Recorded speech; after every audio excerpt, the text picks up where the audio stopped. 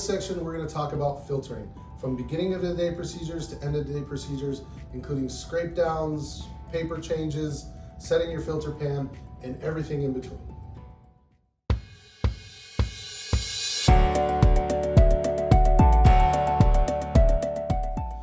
So normally we would do this right on the floor, but for television purposes here, we've put this up on the counter so that we can get a better shot for you. We're going to set up our filter pan. We're going to go in a few easy steps here. We have our screen here. You'll notice there's two holes, 1 and 2. There's 2 knobs in the filter pan.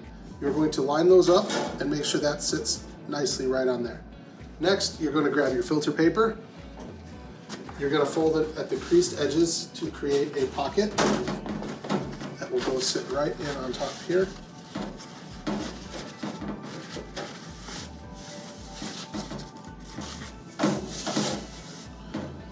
Next, we will take our hold down ring. Very important to keep this hold down ring inside the folds of the paper. This creates a nice pocket. There we go. Next, you'll add your filtering compounds. We're going to sprinkle on our Clean Light to the paper. Really important to keep it inside the hold down ring. And try to do it as evenly as possible, but if it's not perfect, have no fear. Everything will be just fine. So you put your Clean Light. Next, we're going to add our Excel filtering compound.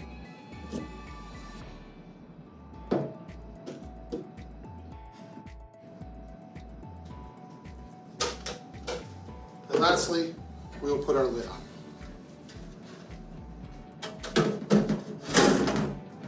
Before we slide our pan in, it's always important to check our O-rings here. We want to make sure those are intact. We always recommend keeping a couple extra on hand just in case you have one broken. So we will line this up and we will slide this in nice and easy, just like this. All right, you just want to make sure your line is lined up right in there and in the hole right there. This is your condensation line. This is where all your water will come out from the steam while it's cooking. It will go into that little pan that was on the front door of your unit. Okay, so you'll notice when your filter pan is not in place, you'll have this caution here. It will let you know that the filter pan is not in place. Once we slide it in to its place, that will go away and we'll be ready to cook. When it's not in place, however, you will not be able to go into a cook screen or open the drain valve. As you see here, I can hit the drain valve button without it opening.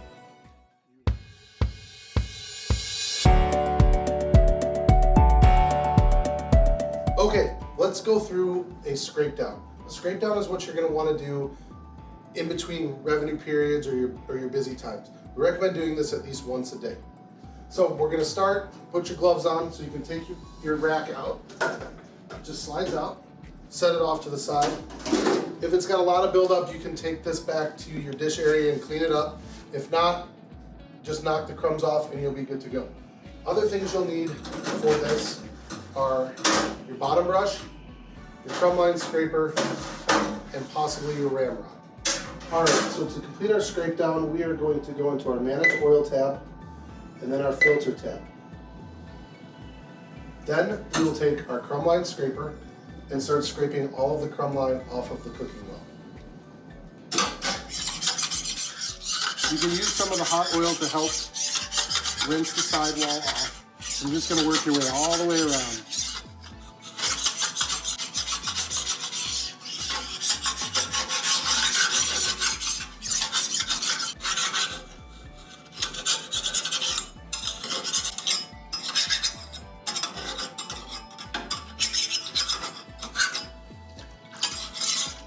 So now there's going to be some oil on this. You want to be careful not to knock it off on here.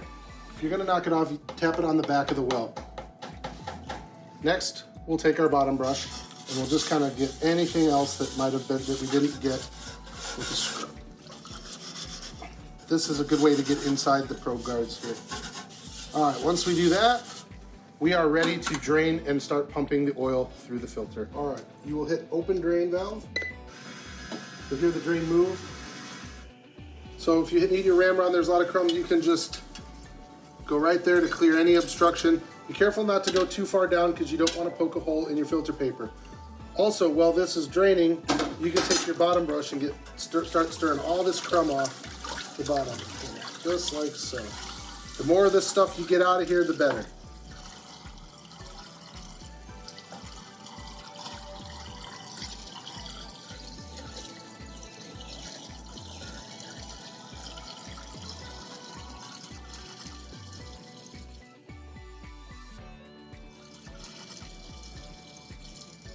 As you can see, we've got all of our crumb out.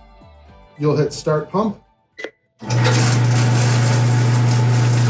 the oil will start pumping back through, running it through the filter paper, the compounds, to help clarify and get your oil in tip-top shape. You'll want to do this for about 4.5 minutes, in which we will then close the valve and let the rest of the oil start to fill the well back up. So while this is going through its scrape down filter cycle here, it's a great time to wipe your fryer down.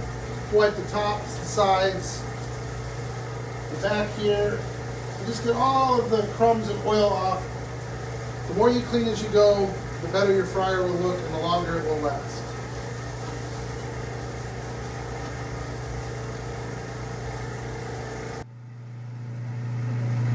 All right, we're going to close our drain valve and let our oil come back up into the well.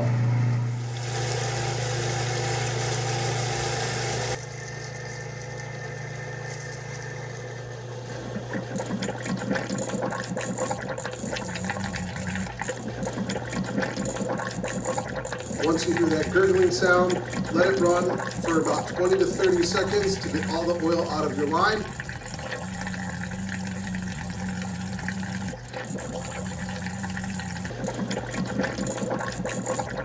Stop your pump and arrow back to your cook screen.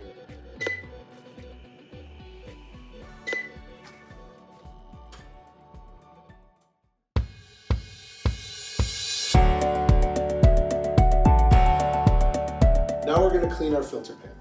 We're going to take the front cover off, dispose of any condensate, and then this can go back to our dish area to be cleaned.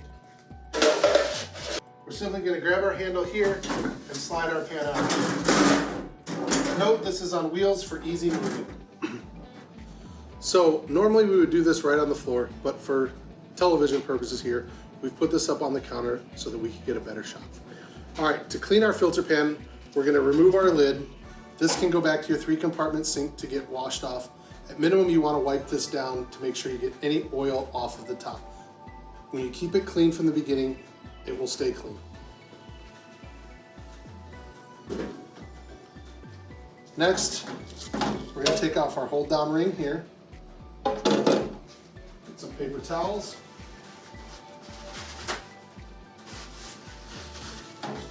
And wipe this off. This piece can also go to your 3-compartment sink to be cleaned.